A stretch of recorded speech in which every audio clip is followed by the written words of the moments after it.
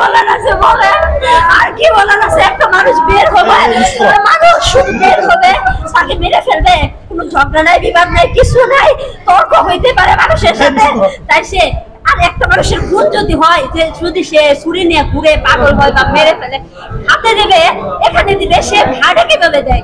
একটা মানুষ হাড়ে কিভাবে দেয়? সে যদি পেশাদার খুনি না হয়, টাকা কারোর থেকে না খায়, সে কিভাবে মানুষের হাড়ে মেরে?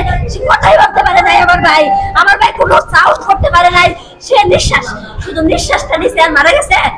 সেই কোন পরিকল্পিত না হলে কিটা হইতে পারে?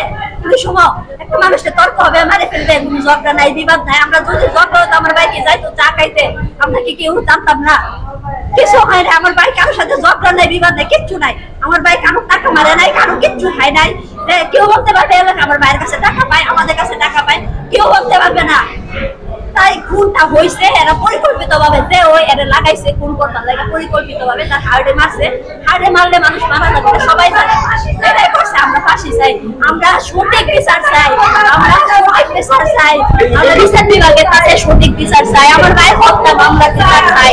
আমরা যাতে পুলিশ বাইরে যাতে সঠিক তদন্তের মাধ্যমে এটা বের করে আনে, এর মধ্যে যদি কোনো রকম কাজ না থাকে, সঠিক ভাবে এটা যাতে বেড়ে আসে। কেন যে ছেলেটা, যে ছেলের শরীর আঘাতে বিক্রি মারা যায়, ছেলেটা হলো নেশাখোর, নেশাপানি করে, এলাকায় বাজে ছেলে বললে চলা যায়, বাজে ছেলে।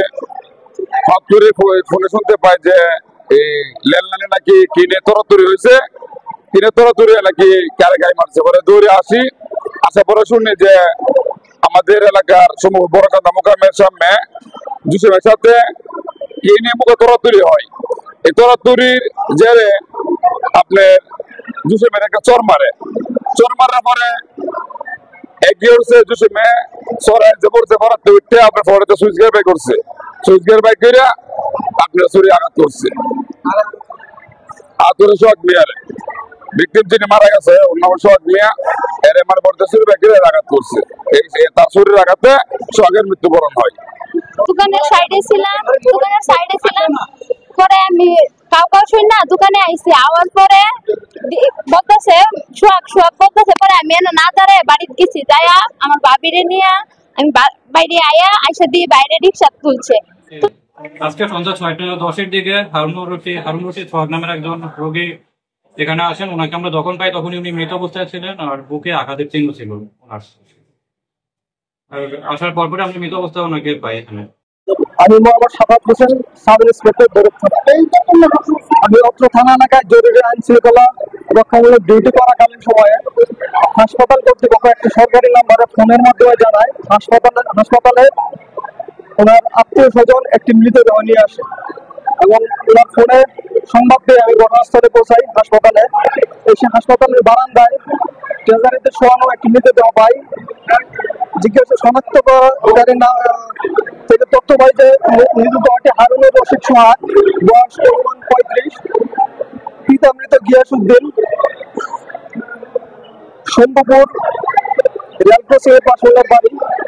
এখানে বসির মিয়া নামক এক দোকানের সামনে কেবা গাহারা একজন অজ্ঞাত লোক ওনার বুকে ছুরিকাঘাত করে এবং ঘটনাস্থলে উনি মারা যায়। ওনার বুকে অনুমান প্রায় 3.5 ইঞ্চি গভীর এবং 1.5 ইঞ্চি প্রস্থ একটি আঘাতের চিহ্ন পাওয়া যায়। আমরা এখানে সুরক্ষার প্রতিবেদন প্রস্তুত করি এবং মৃতদেহটি ময়নাতদন্তের জন্য পাঠানো হবে। ময়নাতদন্তের শেষে ডাক্তারি মতামত এবং আমাদের তদন্ত সাপেক্ষে প্রকৃত রহস্য বা ঘটনা জানা যাবে।